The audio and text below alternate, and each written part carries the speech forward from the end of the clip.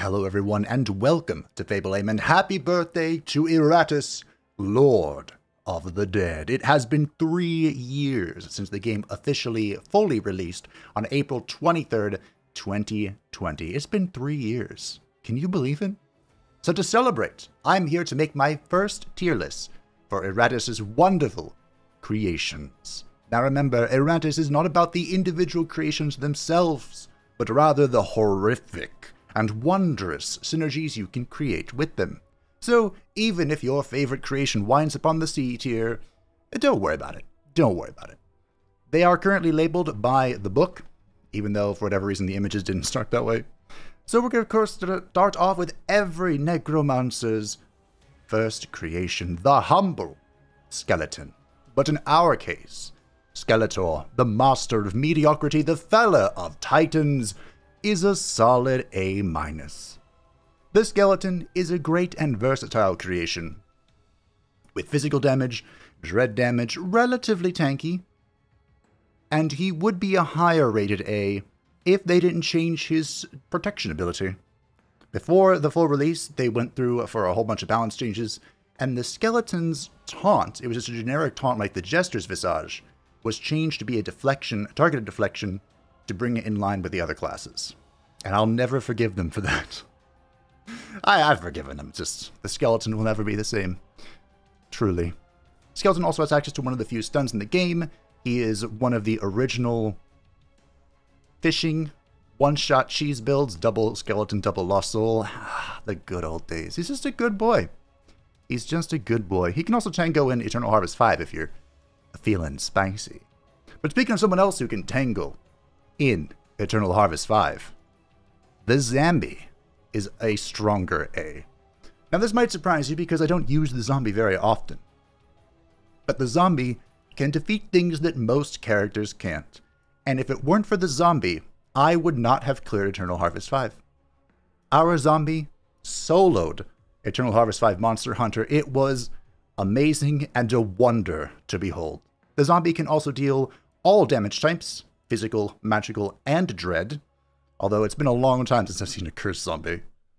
And the zombie can deal also, hypothetically, the highest damage in the game. It's gonna take a while to stack up that many buffs, but you can do it, I believe. Next on the list is the Bride of Iratus, a design from my younger years. Now, unfortunately, the Bride and I don't get along very well, so she's going to be our very first C. Now, don't get me wrong, the Bride is a pretty good character. She can deal quite a lot of damage, but she is one of the squishiest characters in the game on top of that. And as far as I'm aware, there's really only one well-known trick for her, which is to get the block-piercing bone and just crit Wrath ability everything to death. I have used it once, it was pretty effective, but she eventually fell over. Like all brides do. Next up is the wonderful Dark Knight. I had a hard time figuring out where to put this because to me, the Dark Knight is one of the best creations in the game. He can do it all. We recently had a meme sentence where we did the physical damage variant, which is not quite as potent as the dread variant. He can make his place in pretty much any dread team, but I think I'm gonna have to give him the highest rated A. Because the Dark Knight can be an S rank, but he has two very specific flaws that cause him to struggle on the higher difficulties. One is his HP is really low. His baseline HP is 75 for a pseudo frontliner. And secondly, he has no innate block and ward, so it all has to come from other characters or from items. And those two things kind of lower his power in the higher difficulties. Additionally, you really have to know what you're doing with him. You really have to set the build to be around the Dark Knight. But when you do it, mwah, he can create some of the best builds in the game. Absolutely love him. So A+. Now it's time for the Banshee. Ah, Morgana Le Fay. How many of you have I killed? I lost count a long time ago. But of course, it's B for Banshee. Makes sense, doesn't it? That's how every necromancer starts counting. A for Abomination, B for Banshee, C for cartilage. It's flexible. Anyway, the Banshee. I haven't used the Banshee in a while, but the Banshee is kind of on the face a dread build. And she's one of the few characters that can reduce enemy attacks so you take less damage from them. She also has a movement build which is quite powerful. But where the Banshee really shines, in my humble opinion, is with the Murder Banshee build, where you use her Wrath ability to deal loads of damage and consistently stun the first 2 enemies. Unfortunately, that does mean she has to be on the front line, which is always a terrifying prospect, and why I have killed so many of them. But I think the Banshee is such a good, solid character. You can either just use her as she's built, or you can try and be a little sneaky and get away with the Murder Banshee. But as for a character who requires no sneakiness whatsoever, the Wraith. Good old Kasogtha. Now, Kasogtha, there was a time when she was more in line with the Banshee, where the Wraith was kind of just a good dread character. But that has changed. The Wraith is a really good dread character. So we're going to have to make him a low A, I think. I think that's where Kasogtha belongs. Now the reason is because Kasogtha can't really deal both damage types. Kasogtha does of course have one magical attack, but that's it, and it's not fantastic. Usually, the Wraith's true power now comes from the obscene amount of block and ward that it can generate for itself, and the sheer amount of evasion it can stack. I believe the Wraith can reach the highest evasion value of all creations, thanks to its unique item. So, if you're looking for a dread-only tank, look no further than the Wraith. Of course, also built into the curse build, and all sorts of fun shenanigans can be done with Kasogtha. You can't see her tentacles right now, but that's okay. That's okay. Next up is the best boy, the Werewolf, who is going to be in the B. I think it's a more solid B than the Banshee. The Werewolf is the last creation to be added to the game and deals pretty much exclusively physical damage. In fact, exclusively physical damage.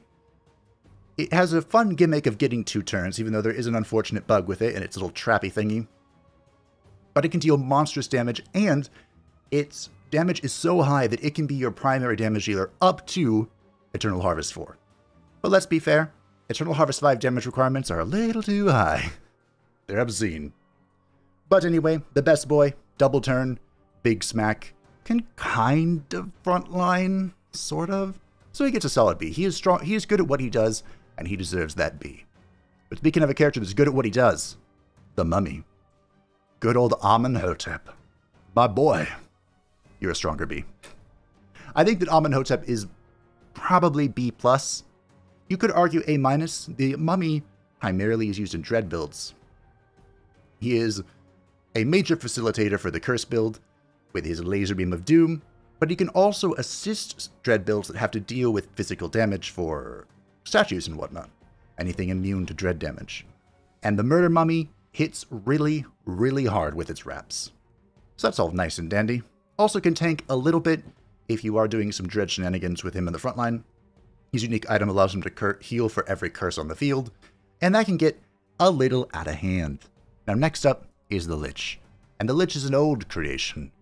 A strange creation. And a pretty solid C. The Lich deals a lot of magical damage, but the Lich is also the only creation that deals a lot of friendly fire. Whether you're raining fire down upon your own friends and the enemies, or you are piercing the front target with the Q, the Bone Shard, he deals a lot of friendly fire.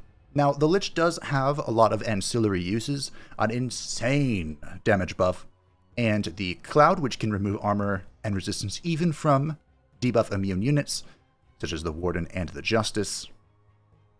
The Lich has a lot of side utility stuff, but the Lich also has one of the craziest builds in the game with the Skull. The name I forgot, because I don't use it. Basically, the Lich can go out almost alone, just summon skeletons for them to die, and then gain the insane 24 buff, is it? To just do lots of damage. It's pretty fun, very niche, but I think the Lich deserves a C. I think so. Next up is the Headhunter, the good old Farmer Boy. I think the Farmer Boy is also a B. The Headhunter can deal dread damage, but I have never seen a dread Headhunter build. So primarily physical damage, with a little bit of YOLO involved. They have wide damage ranges. You can't always control who they're hitting. But if you're ever out there trying to farm for parts, if you need more parts for anything, really, gambling, of course, would be what I would use it for. The Headhunter is out there to find it for you. And I have used him quite a lot. I think he's just a solid creation. He's just like the best boy, good at what he does. And that's it. But speaking of someone who doesn't know what he does, the Shade. Now, the Shade and I have a long and old relationship. But he's going to be the lowest scored.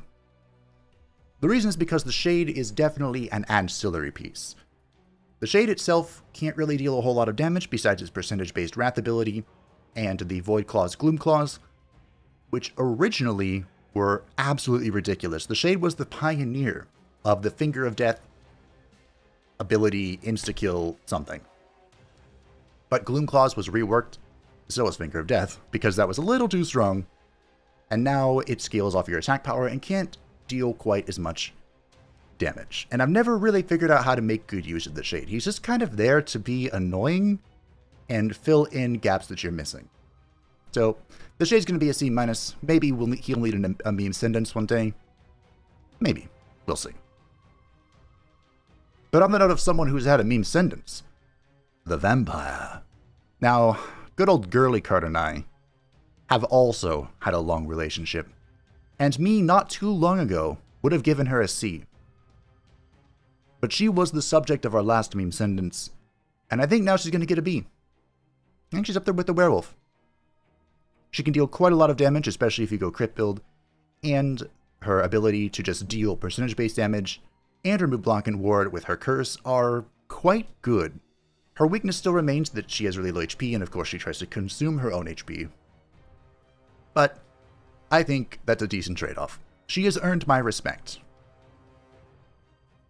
But speaking of someone who has not only earned my respect, but had my respect for a long time, it's the Blood Phantasm. Mictlantecuhtli, in my opinion, is probably the best HP damage dealer in the game. And he's going to go right next to the Dark Knight. I really wanted to give him an S, because the Blood Phantasm is good in all stages of the game, and can culminate in one of the hardest hitting builds of the game, with the debuff stack into Chain Slap. But he's not yet worthy of an S, because S means you can go into any composition, at any time, and excel. Still, Mictlantecuhtli is a very powerful creation. I love using his magic deflection early on in the game because most enemies can't deflect that in the mines. And then later on, of course, as you begin to stack debuffs, you can just smack things into oblivion. He can even heal his team, but that's kind of a strange ability to use in my opinion. Now, speaking of someone who can almost go into any team, almost, it's the Lost Soul. Now, the Lost Soul has one of the coolest skins in the game, the good old Gwendolyn skin. And she can pretty much go into any team. But I'm going to have to give her an A as well. And I'm probably just going to stick her right there next to the Bleed P. The Lost Soul is the only support, quote-unquote, in the game. She can heal other units with an ability, and then she'll attack them. And she can consume enemy buffs to give you loads of damage or replenish your mana. The Lost Soul is a good creation, but every one of her attacks gives benefits to the enemies. Of course, you can manipulate that. The Skeleton, probably the most renowned. The Dark Knight can also do it, depending on how you spec. But I think the Lost Soul is just a really good support unit. If you don't have this next creation in your team, a Lost Soul might be someone you want to investigate. So the next creation, and our very first S, it's the Bone Daddy. Everyone saw this coming. The Bone Daddy, the tankiest unit in the game. It can take hits from anything, anyone, anytime. And it can be a tank for any team composition. It gives block and ward, like the Lost Soul, but while also surviving, can heal itself. Its damage is on the low side, but it's not there for damage. It's there to tank. I have completed the game even with Dread builds, with the Bone Daddy just tanking for me. So, definite S. Definite. Definite. Now let's go to the other side of the spectrum, the Fallen Dhampir. The Fallen Dhampir and I go way back, and she is the perpetuator, the key piece for my favorite Blood Phantasm build. But in my opinion, that's really what she's best at, and that's really all I think of her for. I probably shouldn't. That is what it is. And because of that, let's see. Now, the Dhampir can do more than that. She has physical damage. She has one of the few traps in the game. And she can heal herself, but for someone who has so much ward, block and ward, she's actually quite squishy and self-sustained. She's one of the best YOLO solo characters, but she gets destroyed by stuns. It's just sad. My poor fallen Dhampir. I love using her, but I feel like she's a bit of a one-trick pony. And so she's going to be the C+. She'll be the highest C. Now, speaking of creations who have evolved from being a one-trick pony, it's the Ghoul. The Ghoul has come a long way since her initial inception when she ate her friends. But now, she eats her enemies. And there was a time when I thought that was all she was good for. But no. She is good for so much more. And because of that, she's going to be a strong B. She does only deal physical damage, but she's an amazing physical damage dealer that can grow off debuffs, she can break blocks, and she can eat people. She was the original execution. Well, you know, once they changed her around a little bit. She's just a great character. I've used her in a number of luck builds because of her luck buff. She has her own self-sustain. She can execute people. What's there not to love? She's great. Speaking of another great character, it's the Unfrozen. Ah, the Unfrozen. The developers inserting their own name. This is unlocked by defeating the game in more pain, and he is a good unit. A good, solid unit. Probably better than the Ghoul. But not quite as versatile as Amenhotep. He can fit in just about any build, but he deals almost exclusively magical damage. His real shtick is his ancillary. His ancillary usage is top tier. His debuff, he has a debuff that can increase the damage enemies take. He can interrupt stances. He has the only way of breaking traps in the game. And he can put someone in an ice cube to make them invulnerable and allow them to heal. He is a marvelous ancillary piece, and if you don't know who to put in the third or fourth slot, that's your boy. The Unfrozen is just a good choice. I use him early on very often, but he kind of falls off. His damage can't really keep up ever since they removed his initiative.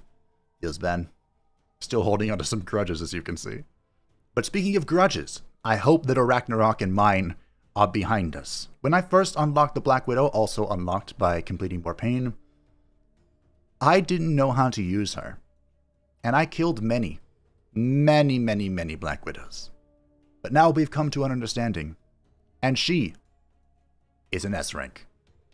The Black Widow can fit into any team composition. She is a marvelous secondary tank with the ability to redirect attacks from the third position in her cocoon, which also heals her.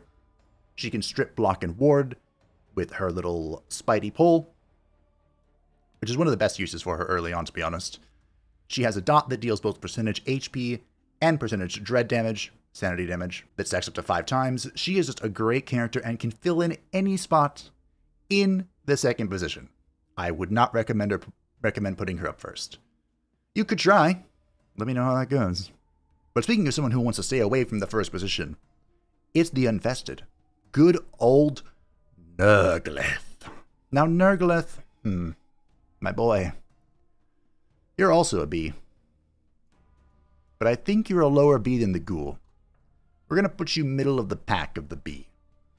Now Nergalith is a phenomenal Dread character, and early on he was the best way to secure Dread kills. Because of course when an enemy loses all their sanity, they don't just fall over. You have to keep hitting them to trigger a heart attack. And Nergalith's multiple Dread attack was a phenomenal way to try and fish for them. Of course nowadays there are executes, looking at the characters coming up. But that was the most reliable way back in my day.